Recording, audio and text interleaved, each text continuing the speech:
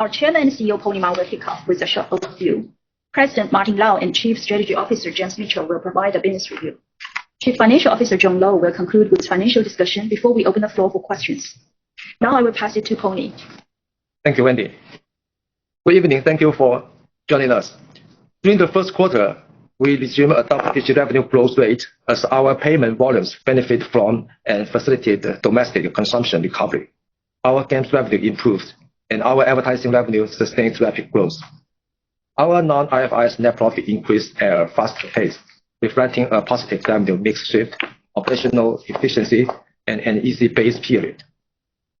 We are investing in our AI capabilities and cloud infrastructure to embrace the opportunities brought by foundation models and expect AI to be a growth multiplier that enables us to better serve our users, customers, and society at large.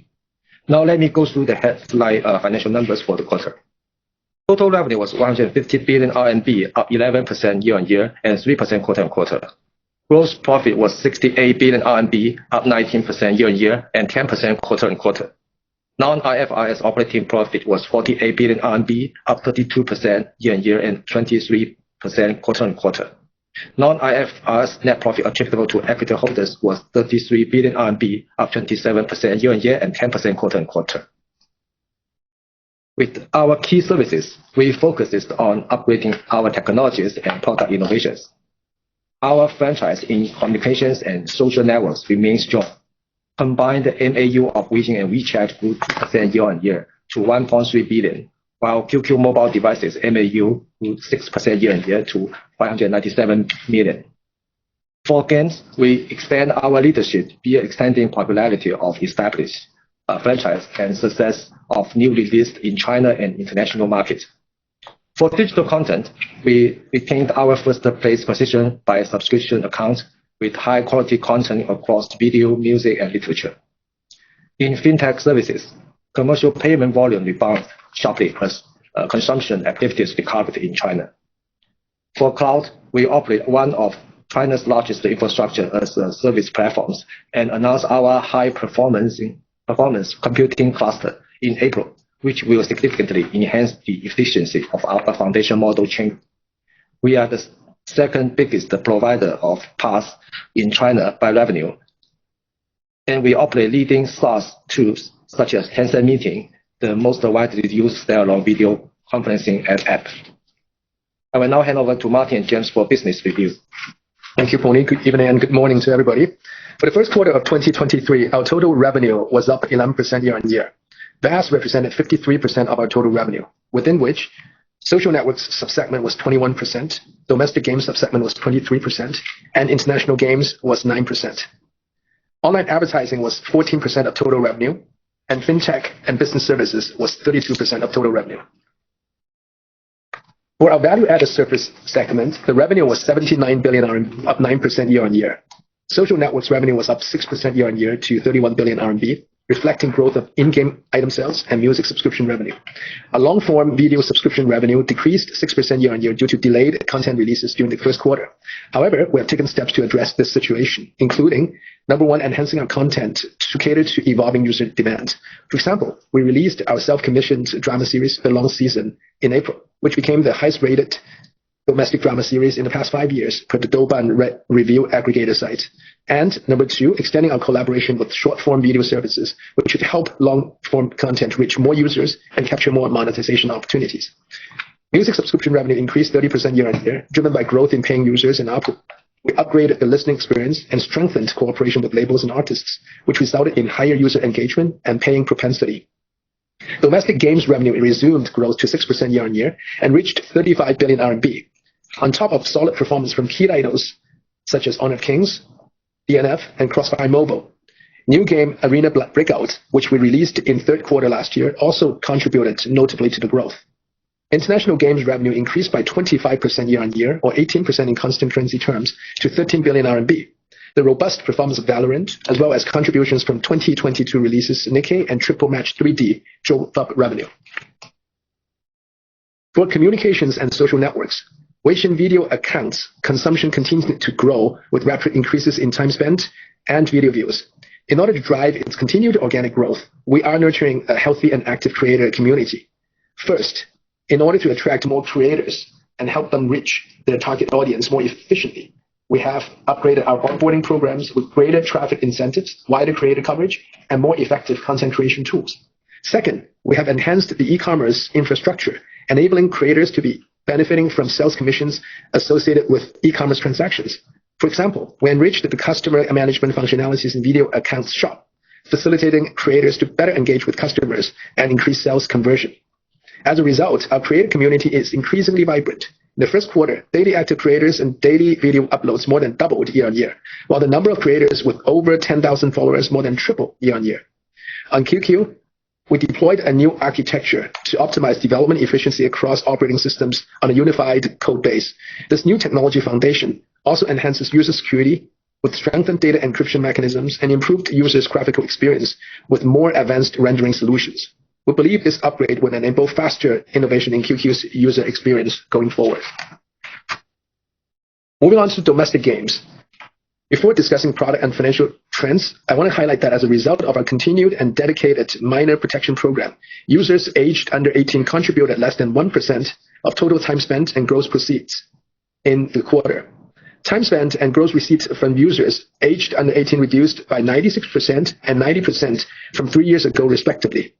We'll continue to take our societal responsibility with regard to games content and minor protection very seriously.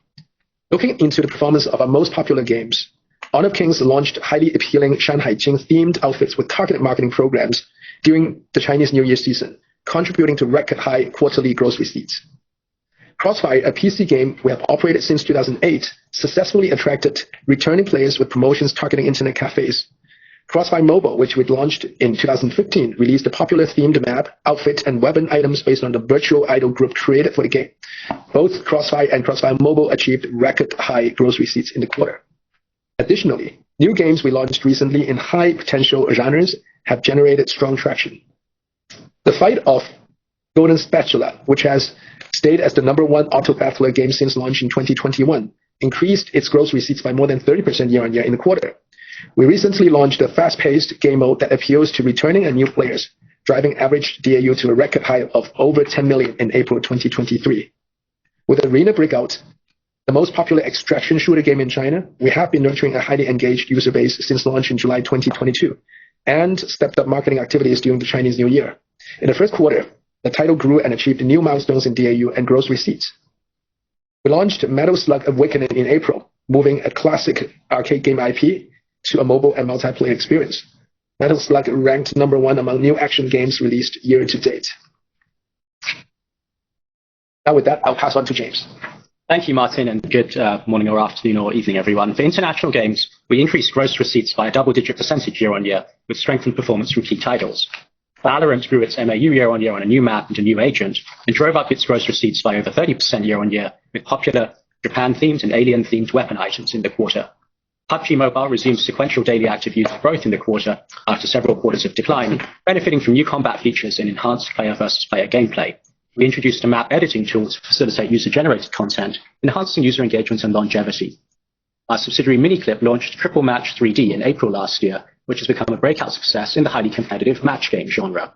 Leveraging creative gameplay and effective user acquisition, Triple Match 3D is the only title released within the last 2 years, which has broken into the top 10 games in the match genre, driving Miniclip's gross receipts to a record high in the quarter. Turning to online advertising, revenue was 21 billion RMB in the first quarter, up 17% year-on-year. As a reminder, during the same period last year, our revenue included a several percentage point contribution from the Beijing Winter Olympics. The rapid year-on-year revenue growth was supported by the new revenue stream from Video Accounts ads, solid demand for mini program ads, and the continued recovery of our mobile ad network. Sequentially, revenue declined 15% due to adverse seasonality. Ad spend grew year-on-year across most categories, benefiting from the consumption recovery in China. For example, fast-moving consumer goods advertisers increased spending to capture retail sales growth. Travel advertisers increased spending due to rebounding offline activities. And large e-commerce platforms increasingly recognize us as a key user acquisition channel, boosting their spending with us accordingly. We upgraded our machine learning advertising platform to deliver higher conversions for advertisers. For example, we help our advertisers dynamically feature their most relevant products inside their advertisements by applying our deep learning model to the standard product unit attributes we have aggregated within our SPU database. Advertising on Weixin properties, which contribute over half of our total advertising revenue, outgrew the overall ad business. Video accounts revenue ramped up as we attracted new advertisers and incremental spending from existing advertisers. The average revenue per 1,000 impressions of video accounts ads sustained at a premium level versus revenue per 1,000 impressions from other short-form video platforms. For content platforms, our music ad revenue grew rapidly year on year, driven by the monetization of ad-supported music content, as well as live concert sponsorships. Our long-form video ad revenue declined year on year due to fewer releases of popular content. Our mobile ad network revenue increased robustly year on year. On the supply side, we increased ad inventory in high conversion rate properties, such as the smartphone manufacturers' app stores. On the demand side, we attracted higher spending from return on investment focused advertisers, such as the e-commerce platforms. Looking at fintech and business services, segment revenue was 49 billion RMB, up 14% year on year. For fintech services, revenue resumed double-digit year-on-year growth, benefiting from the recovery of payment activities. Offline payment transactions rebounded more sharply than online, as categories such as retail, travel, and dining services benefited from people going out and about more frequently. Meanwhile, year-on-year revenue growth in wealth management and consumer loans continued at healthy rates. For business services, year-on-year revenue growth turned positive in the first quarter, benefiting from stabilization for our cloud services after a period of extensive restructuring, plus the initial contributions from technology support fees that we've begun generating onto video accounts live streaming e-commerce transactions. Business services gross margin and gross profit increased notably year on year as we reduced loss-making activities and optimized costs, and as we began the live streaming e-commerce monetization. Within cloud services, our smart transportation solutions are assisting the digitalization of large-scale transportation projects. For example, we leveraged our expertise in areas such as cloud infrastructure, digital mapping, and 3D rendering for smart highway projects in Sichuan and metro systems in Guangzhou. And now I'll pass to John. Thank you, James. Hello, everyone. For the first quarter of 2023, total revenue was 150 billion RMB, up 11% year-on-year. Gross profit was 68.2 billion RMB, up 19% year-on-year. Net other gains were 0.9 billion RMB, down 93% year-on-year. Operating profit was 40.4 billion RMB, up 9% year-on-year. Net finance costs were 2.6 billion RMB, up 37% year-on-year due to increased interest expense. Share of profit of associates and joint venture was 0.1 billion RMB compared to share of loss of 6.3 billion RMB for the first quarter of 2022. On a non-IFRS basis, share of loss was 0.1 billion RMB, improving from share of loss of 2.2 billion RMB last year. This was driven by improved profitability of certain domestic associates due to the revenue growth and cross-control measures. Income tax expenses increased by 118% year-on-year to 11.5 billion RMB due to pre-tax profit growth, increased withholding tax provision, and a one-time deferred tax adjustment related to an overseas subsidiary. IFRS net profit attributable to equity holders was 25.8 billion RMB, up 10% year-on-year. Diluted EPS was 2.639 RMB, up 10%. Now I'll share our non-IFRS financial figures. Operating profit was 48.4 billion RMB, up 32% year-on-year. Net profit attributable to equity holders was 32.5 billion RMB, up 27% year-on-year. Diluted EPS was 3.353 RMB, up 28% year-on-year. Moving on to gross margins. Overall gross margin was 45.5%, up 3.4 percentage points year-on-year. By segment, gross margin for VAS was 53.9%, up 3.5 percentage points year-on-year, driven by high margin games revenue rebound. Gross margin for online advertising was 41.7%, up 5 percentage points year-on-year, thanks to strong demand for video accounts in feed ads, leading to higher revenue growth with low rate incremental costs. Gross margin for fintech and business services was 34.5%, up 2.9 percentage points year-on-year. This was due to efficiency improvements and initial revenues from technology support fee for live streaming e-commerce and video accounts. On operating expenses, selling and marketing expenses were 7 billion RMB, representing 4.7% of revenues. This reflects a year-on-year decline of 13%, primarily due to reduced marketing spend. R&D expenses were 15.2 billion RMB, down 1% year-on-year. G&A expenses, excluding R&D, were 9.4 billion RMB, down 16% year-on-year. This reflects reduction in staff costs, including those relating to share-based compensation. At quarter end, we had approximately 106,000 employees, down 9% year-on-year or 2% quarter-on-quarter. Let's look at our operating and net margin ratios. For the first quarter 2023, non-IFRS operating margin was 32.3%, up 5.3 percentage points year-on-year. Non-IFRS net margin was 22.3%, up 2.9 percentage points year-on-year. To conclude, I will highlight some key cash flow and balance sheet metrics. Total capex was 4.4 billion RMB, down 37% year-on-year. Within total capex, operating capex was 1 billion RMB, down 81% year-on-year, reflecting our efforts to optimize spending and improve utilization of servers and equipment. Non-operating capex rose by 91% year-on-year to 3.4 billion RMB due to ongoing construction projects. Free cash flow for the quarter was 51.8 billion RMB, up 240% year-on-year. The strong growth was driven by higher operating cash flow thanks to our games revenue rebound, as well as decreased payments for capex and media content. Net cash position was 31.5 billion RMB compared to net debt of 4.8 billion RMB in the previous quarter. The sequential improvement was due to strong free cash flow generation. Thank you. Thank you, John. We shall now open the floor for questions. If you are dialing in by phone, please press 5 to raise a question and then press 6 to unmute yourself.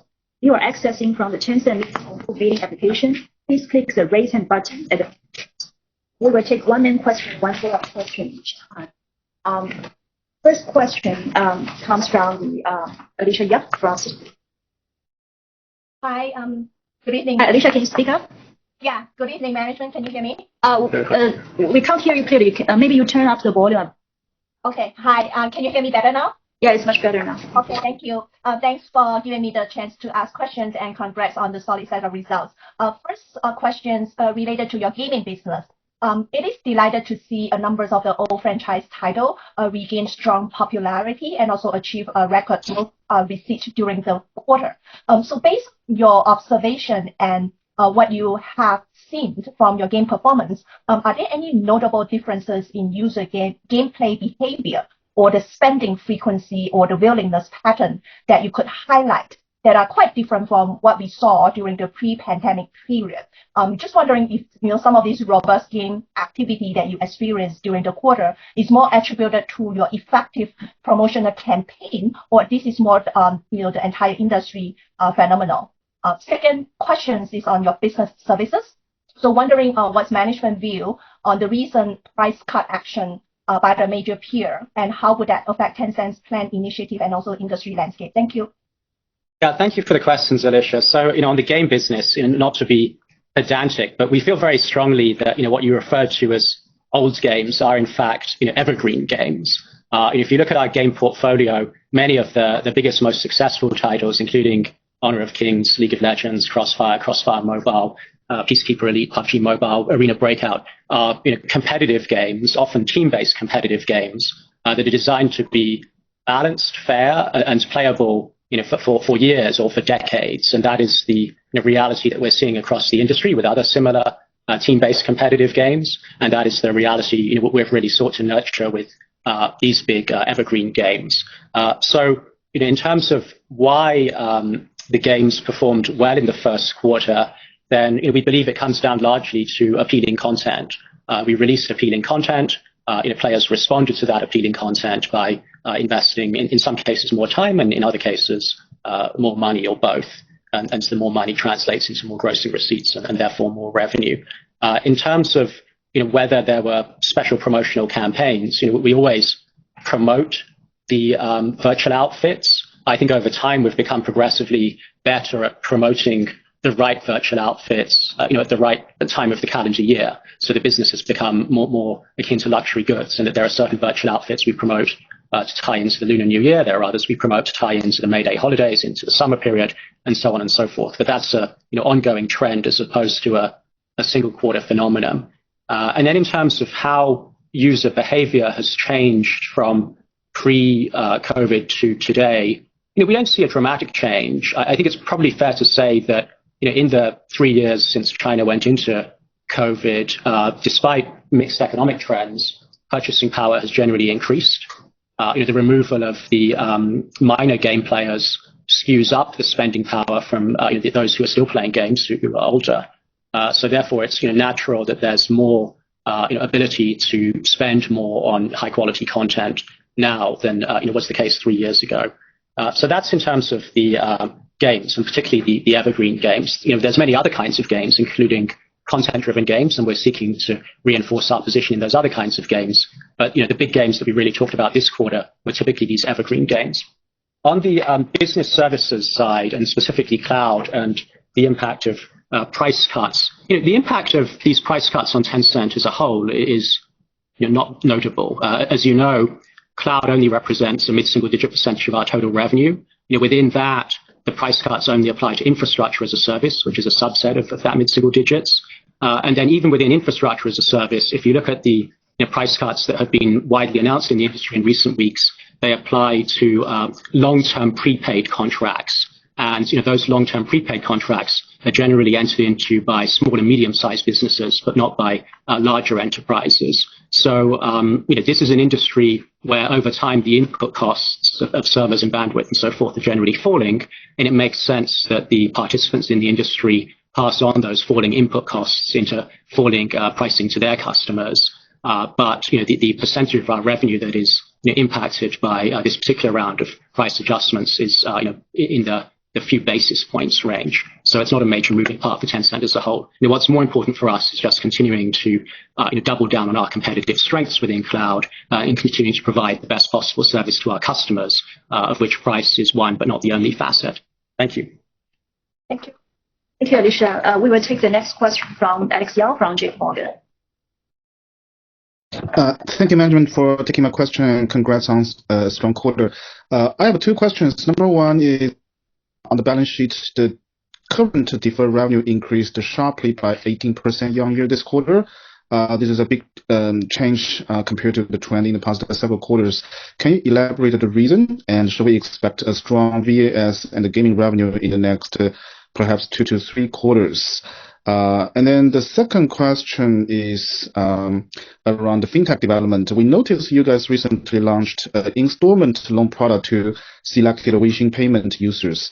Can you discuss how fast will you roll out the product to the rest of the Weixin Pay users, and how should we think about the financial impact on your fintech segment? Thank you. Yeah, firstly, I would like to explain a little bit about, what is inside the deferred revenue. Actually, there are a lot of components, including the virtual game items, including business cooperation agreements, prepaid advertising, prepaid crowd, prepaid tokens, a lot of different type of prepaid in there. So in terms of year-on-year growth, I think it's more due to the fact that, the online games, actually doing very well in terms of the cash consumption. However, if you look at, we should look at the total deferred revenue rather than just, the current deferred revenue, because, it represents, some of the items that might extend, beyond 1 year. So if you look at, the total deferred revenue, actually it dropped by, 1%. And on quarter-on-quarter basis, it increased by 17%, due to the reasons that I've mentioned.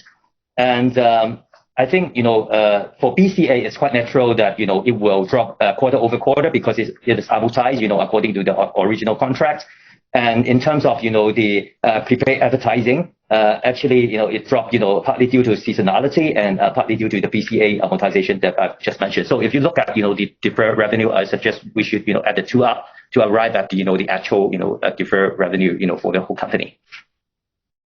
In terms of the installment loan product, that's actually tied to consumption. So this is more like if somebody buys an item of high value, then it actually allows the user to select to pay for the item on an installment basis.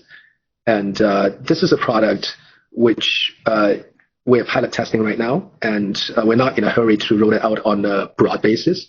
And this is a product which is designed alongside with some principles which we design our fintech products.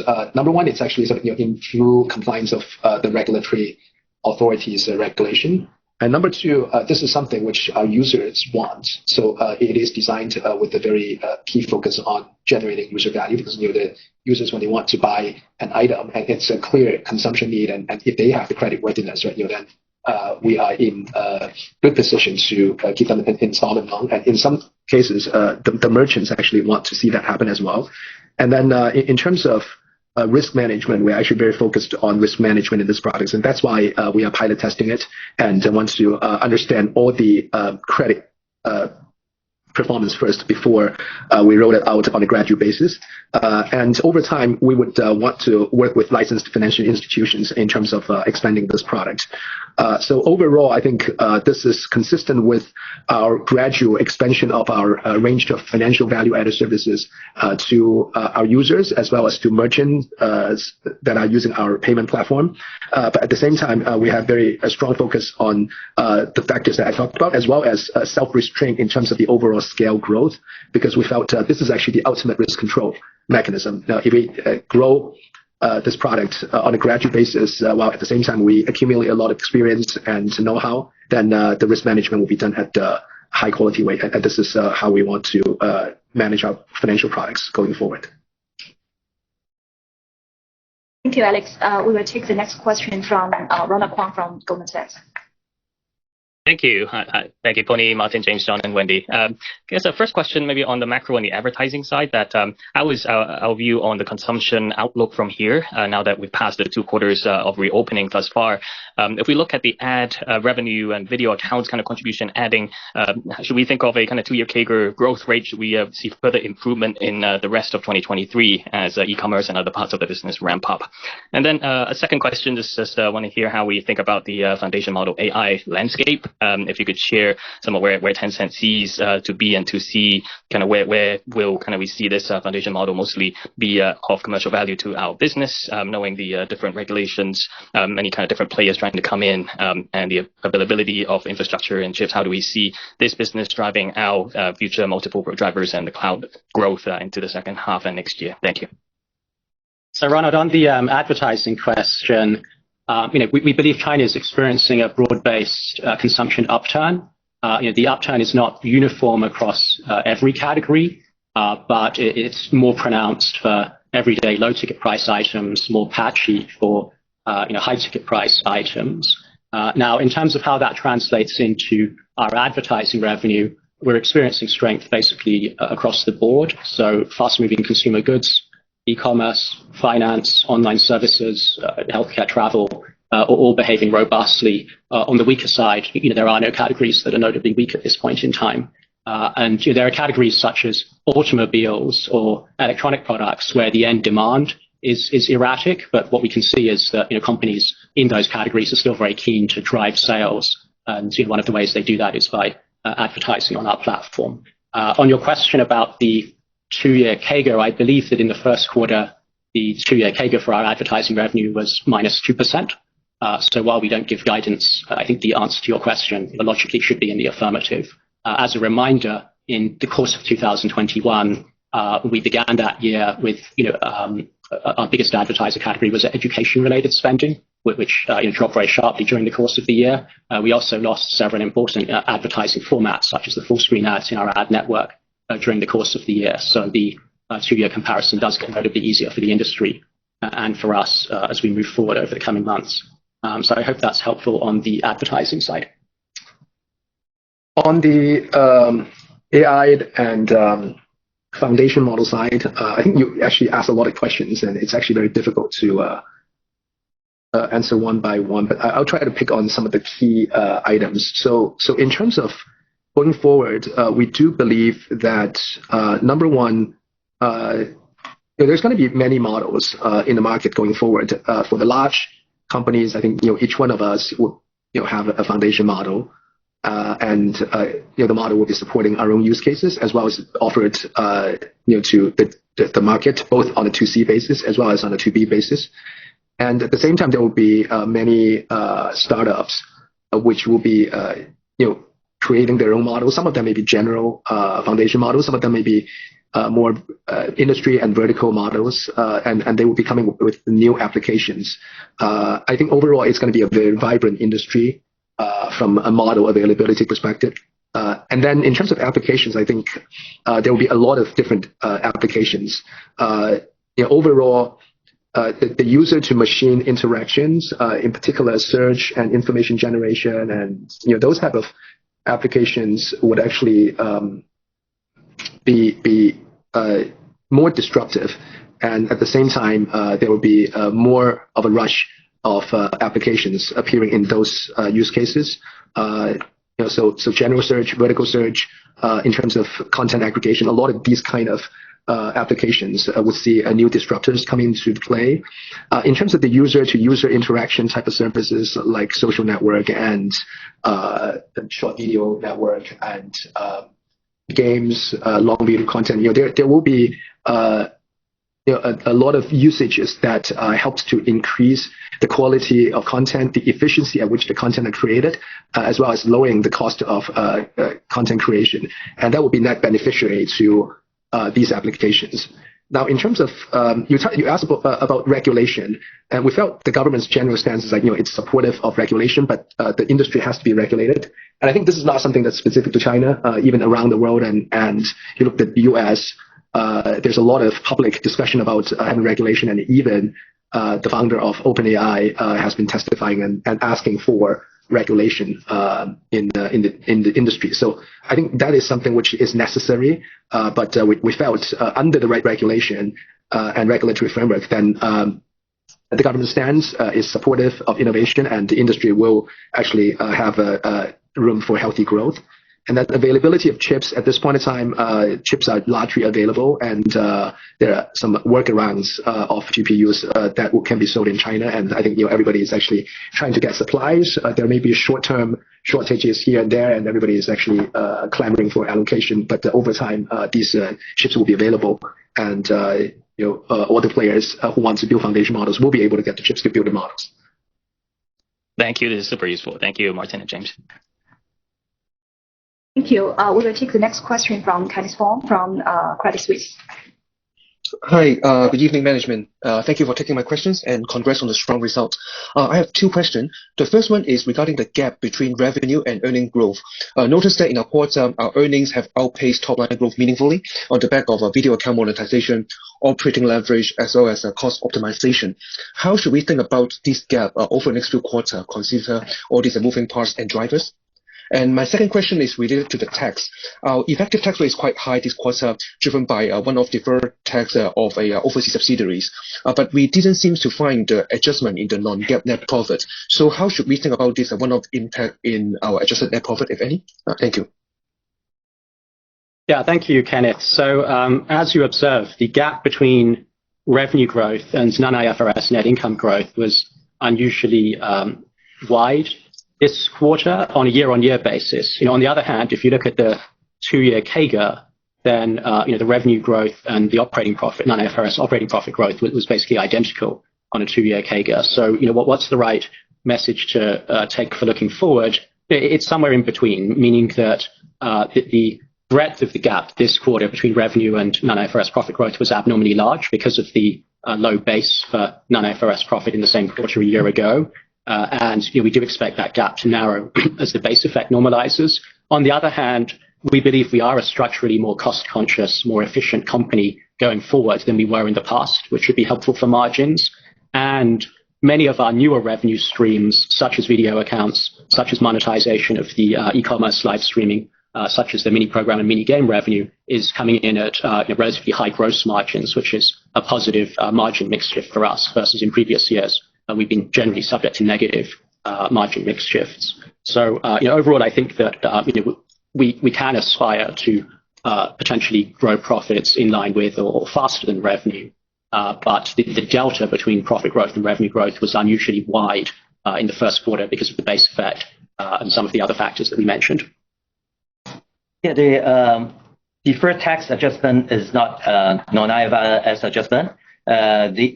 We usually look at the effective tax rate on a yearly basis rather than on a quarterly basis, as there are bits and pieces of true-up happening from time to time, including, say, for instance, this time there might be, some withholding tax in order as we want to remit more money out of the country, as well as, adjustment on some of the deferred tax in here. But to give you an overall view of the effective tax rate, we expect that on a non-IFRS basis, in the course of 2023, it will be in the range of 18 to 20%. Thank you, James and John. Very clear. Thank you, Ken.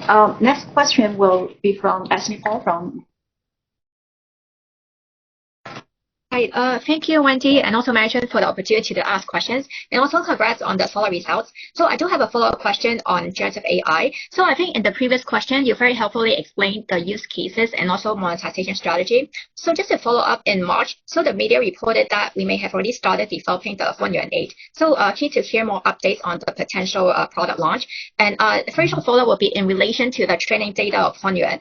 Does that encapsulate open internet data? And also what's the impact on interoperability and also digital walled gardens? Thank you. Okay. So in terms of our foundation model building exercise, Hunyuan, and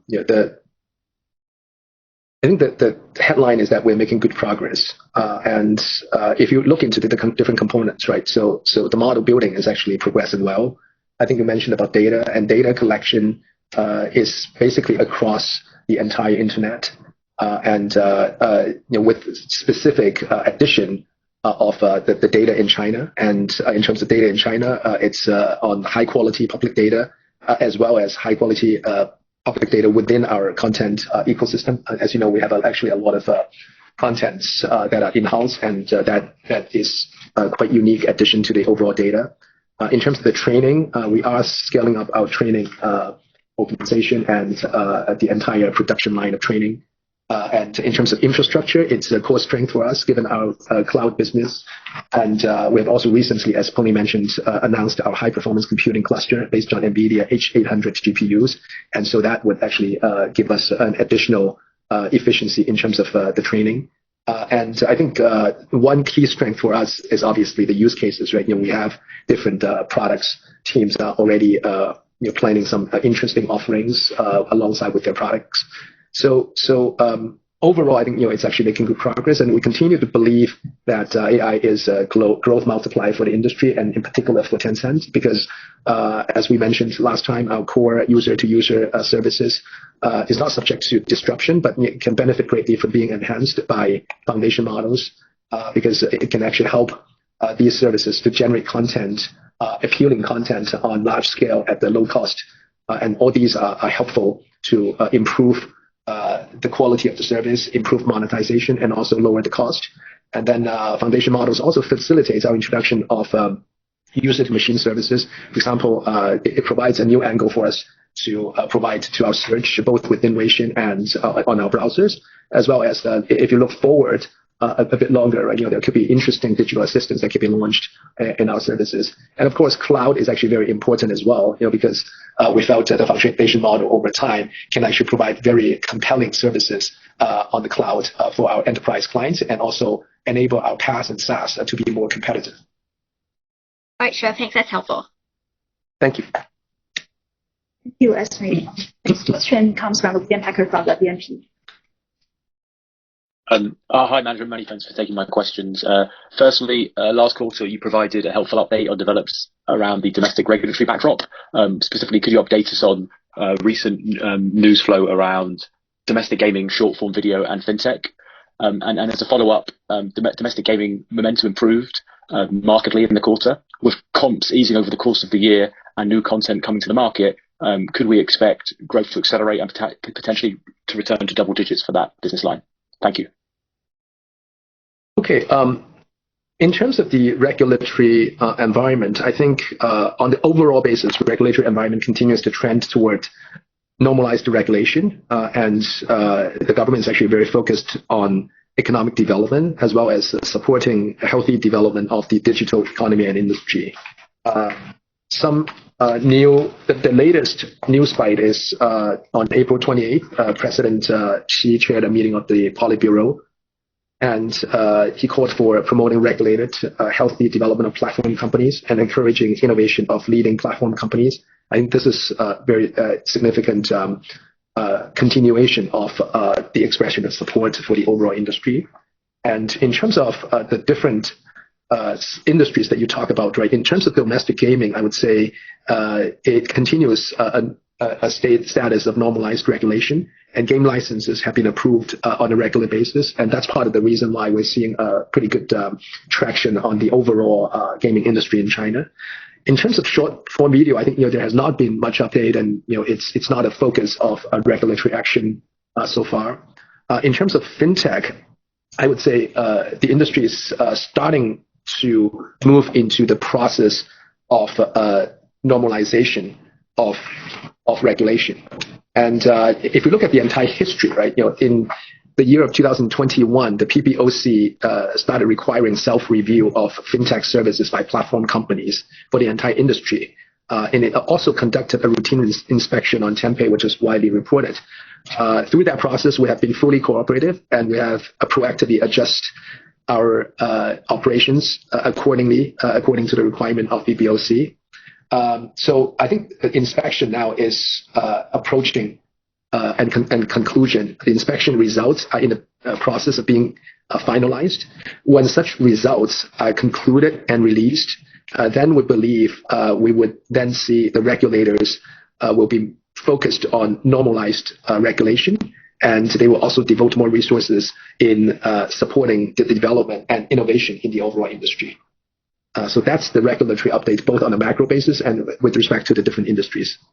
And when on games, I recognize your question was primarily around the domestic China game business. But if you take a step back, then our global game revenue grew at a low double-digit rate year on year in the quarter, which was gratifying. And we believe that the industry globally has now worked through some transitional challenges, including there's a post-COVID hangover in the West, including the lack of new game licenses in China.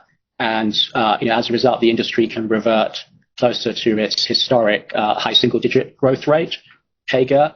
And whether we outperform or underperform the overall industry will be largely a function of the quality of the content we can bring to bear. But generally speaking, over time, we have been able to outgrow this global game industry growth rate of high single digits through a combination of operating some of the biggest, best, most evergreen games that I talked about earlier, as well as housing some of the most successful and creative studios in the game industry, as well as operating high growth game platforms such as our emerging mini game platform.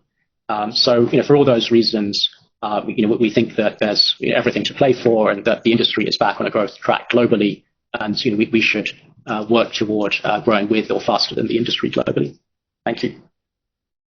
Thank you. We will take the next question from Charlene Liu from HSBC. Thank you. Thank you for taking my question. I would like to ask about overseas M&A. Clearly, we've seen really strong numbers in the international game segment in Q1. I'd like to get an update from the management on the M&A strategy for this segment, and your view on competitive landscape, especially after some of the M&A activities from our competitors, and how should we think about growth for the rest of the year? I have one follow-up on advertising. Thank you. So thank you for the question, Charlene. The competitive landscape for acquisitions of game companies outside China has been fairly stable for the past few years. And while there are a number of companies that are acquisitive in this space, often their objectives do not overlap with our objectives, meaning they may be companies with a big console installed base, and they're trying to acquire game studios to supercharge that console installed base, or there may be companies which are valued on near-term earnings, and they're trying to bolt on additional earnings. Versus in our case, we're not married to any single hardware device, and so we've been acquisitive with mobile game studios, acquisitive with PC game studios, periodically active with console game studios as well. And in addition, we're very willing to look forward 3 or 5 or 7 years when we do these investments and acquisitions. And so it's often the case that we're looking at a company that has released a successful niche game the previous year, and we know for a certainty that that company's revenue will be declining for the next couple of years because it will be digesting the success of the first game. And in many cases, we know the company will be loss-making for a period of time because we're scaling up the team to work on a much bigger sequel, but we don't get to have the bigger revenue from the bigger sequel. And that fits us. It doesn't fit everyone, and therefore there are certain studios that naturally come to us, and certain studios that naturally go elsewhere, which is fine. So I wouldn't say that we've seen a dramatic change in the game industry acquisitive landscape so far. Now, of course, depending on whether certain big deals, one particular very big deal goes through or not, then we could see more change in the future, and we'll need to be active and reactive around that. That's good. That's good to know. And my second question on advertising. Earlier, management team mentioned that Weixin contributed over half of the total ad revenue. Can the management elaborate on revenue contribution by ad products? For example, in the previous quarter, in the first quarter, across Moments, video accounts, ad network, etc. And going forward, how should we think about revenue mix across these products and GPM trend? Thank you.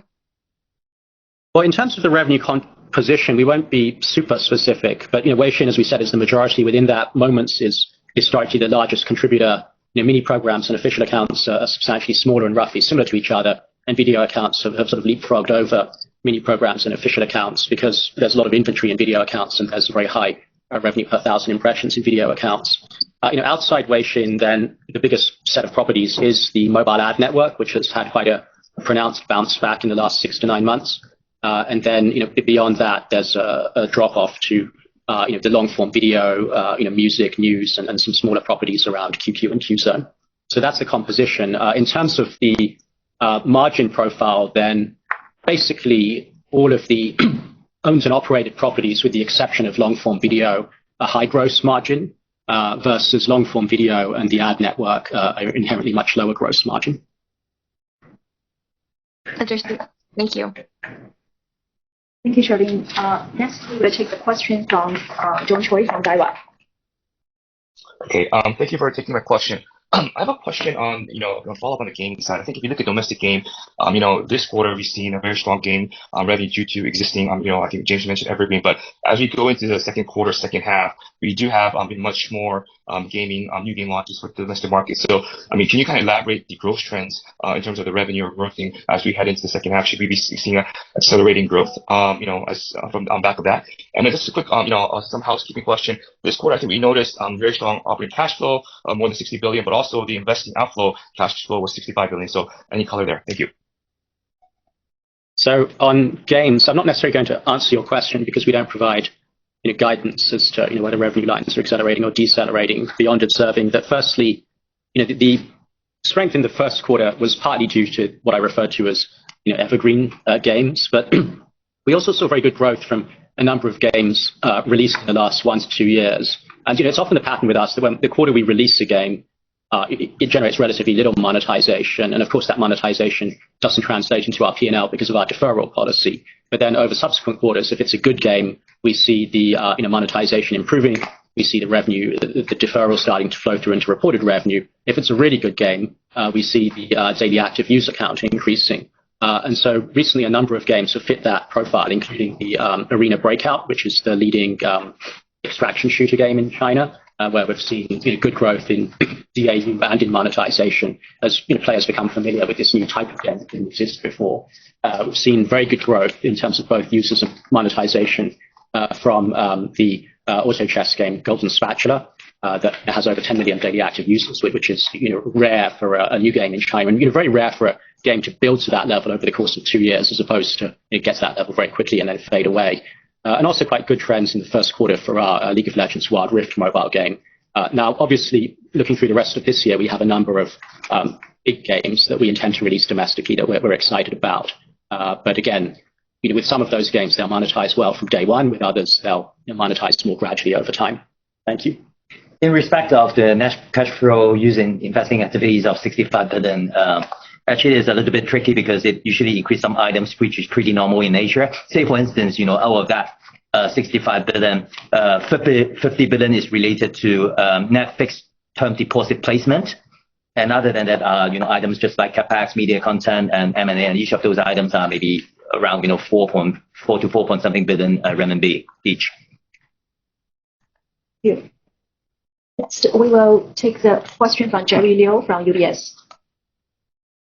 Hey, thanks, management. Yeah, I wanted to go back to the advertising business and ask about e-commerce. So first, e-commerce as a category has been an area of strength. So I just wanted to ask whether we think some of this is share gains Tencent's taking in the ad industry from other players. And second of all, how do we think about the development of e-commerce, especially within video accounts? I remember previously we talked about how this is something that could take some time to ramp up. But I'm also seeing that in the first quarter, we started to generate more technology fees from e-commerce live streaming in video accounts. So I'm wondering if we could see more ramp up of e-commerce related monetization here. Thank you. Yeah, so in terms of the big e-commerce companies advertising with Tencent, then we're certainly experiencing share gains. I think that those share gains arise for a number of reasons. One is changing perceptions about sort of ecosystem competition, meaning that in the past there were some companies that chose not to advertise with us because they viewed us as an ecosystem rival, and they may have reassessed that perspective over time.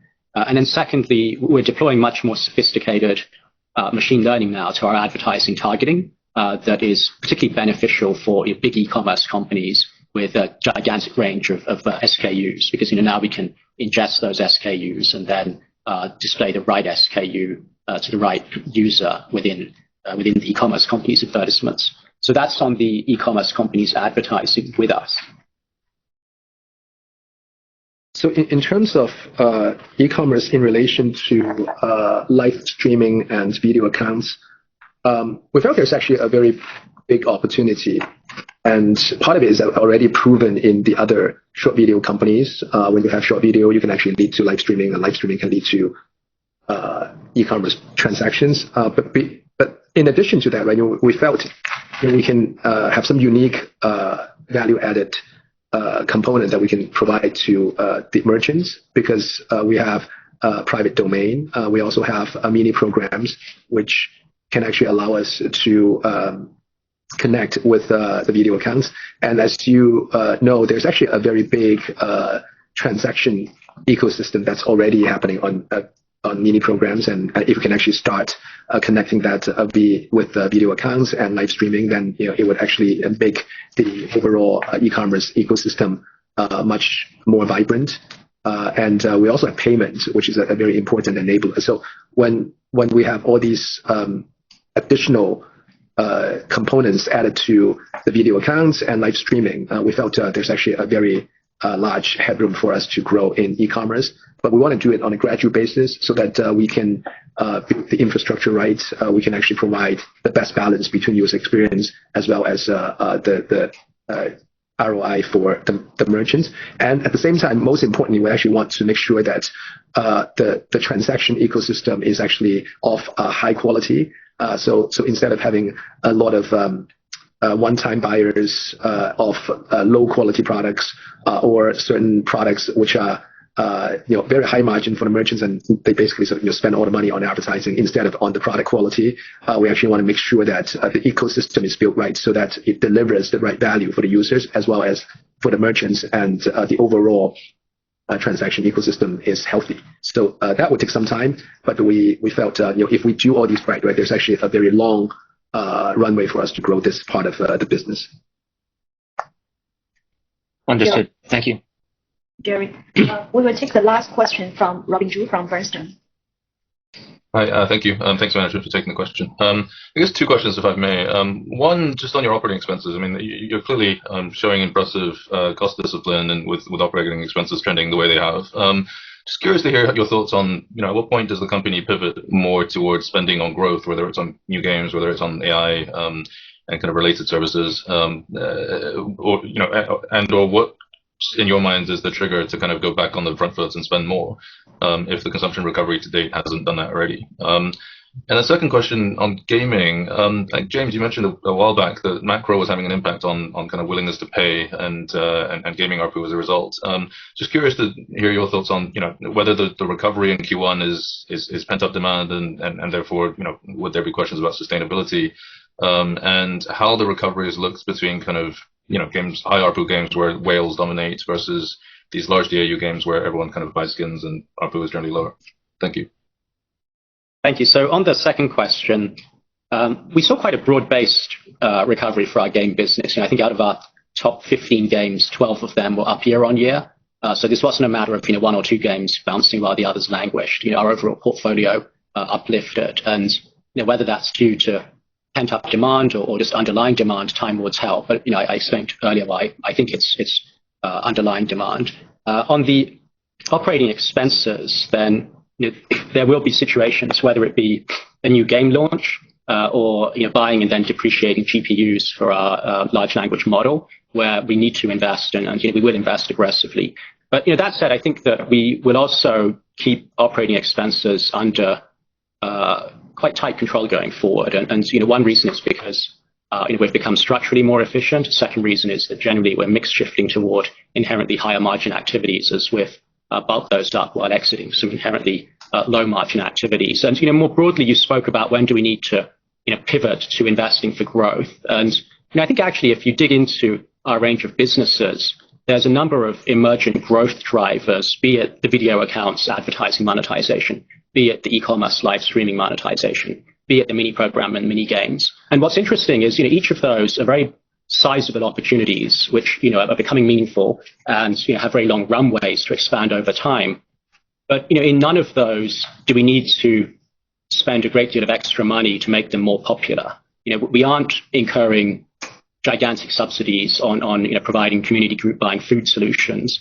We aren't inducing users who would otherwise be on another short video service to install video accounts and spend time on video accounts instead. We're just providing what we think are very attractive and somewhat differentiated experiences to users within our big apps, particularly Weixin, and letting users over time discover those, enjoy those, socialize those, and spend more time and ultimately more money on those.